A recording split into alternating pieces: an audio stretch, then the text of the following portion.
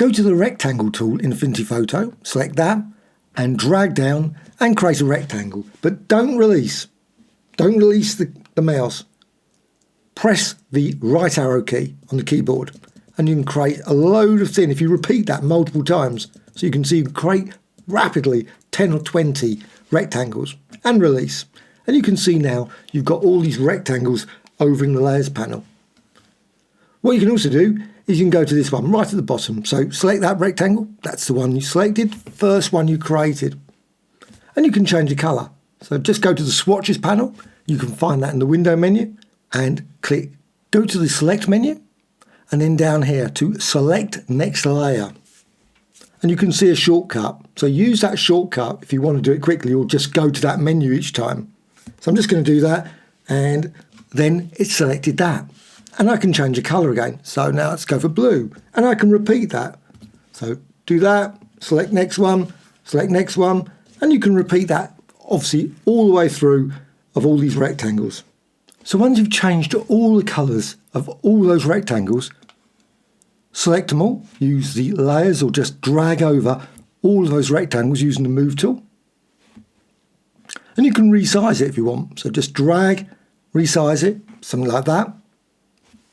Then go to layer, all the way down here to merge visible.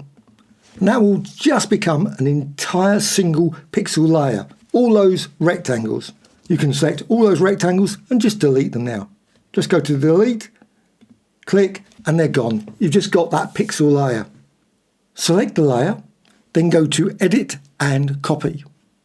Then go over here and select the ellipse tool. So ellipse tool, drag, and then go to edit and paste inside. Should align perfectly to the outside. Make sure you select the ellipse, not the pixels, because I'm just going to go down here to effects, click there and outer shadow. And just change those to about the middle and you can see then you've got this shadow. And also if you want, maybe go for 3D. So 3D or bevel or something like that. And then close. And you've got that sort of design. But you can also manipulate the pixels. So just go here, select that. But before you do anything else with the pixels, you need to set the pins all around the edge. So distort and deform. So don't just randomly deform it. So just go there, got this panel, and you need to add the pins all the way around. Now you could do, of course, you can distort it without doing that, doesn't matter, but then the result doesn't look as great. So I'm just going to add them all the way around very quickly. Now it's a pity that there's no feature for pinning a particular layer. Don't know why they've never added that, but they haven't. So the only way you can do it is just go around it like that. Once you've done that, you can then say, go here to the outside, the pin there, and I can drag and you can see what happens.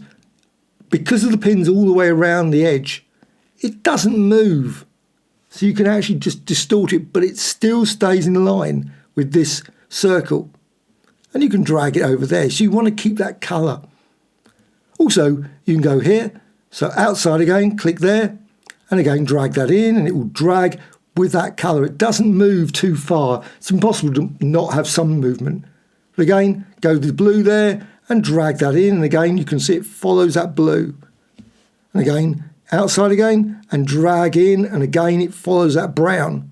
And you can repeat that obviously with all the colours. So just go there, that blue, drag it, and the purple there. Again, because of all these pins, they shouldn't move too much. It should keep that colour. And drag it like that. And then click apply. And you've got that design.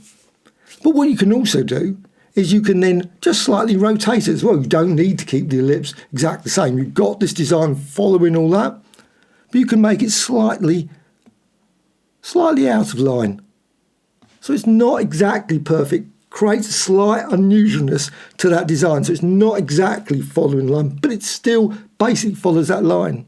And of course, what you can also do, you got this ellipse. It's just a layer which you can duplicate. So again, layer and down to duplicate. And then resize that. Hold down the shift and move that. And again, maybe move it around there. So you can just maybe move it slightly the other way, back again, so it's close to that purple. And you can obviously repeat that. So layer and duplicate.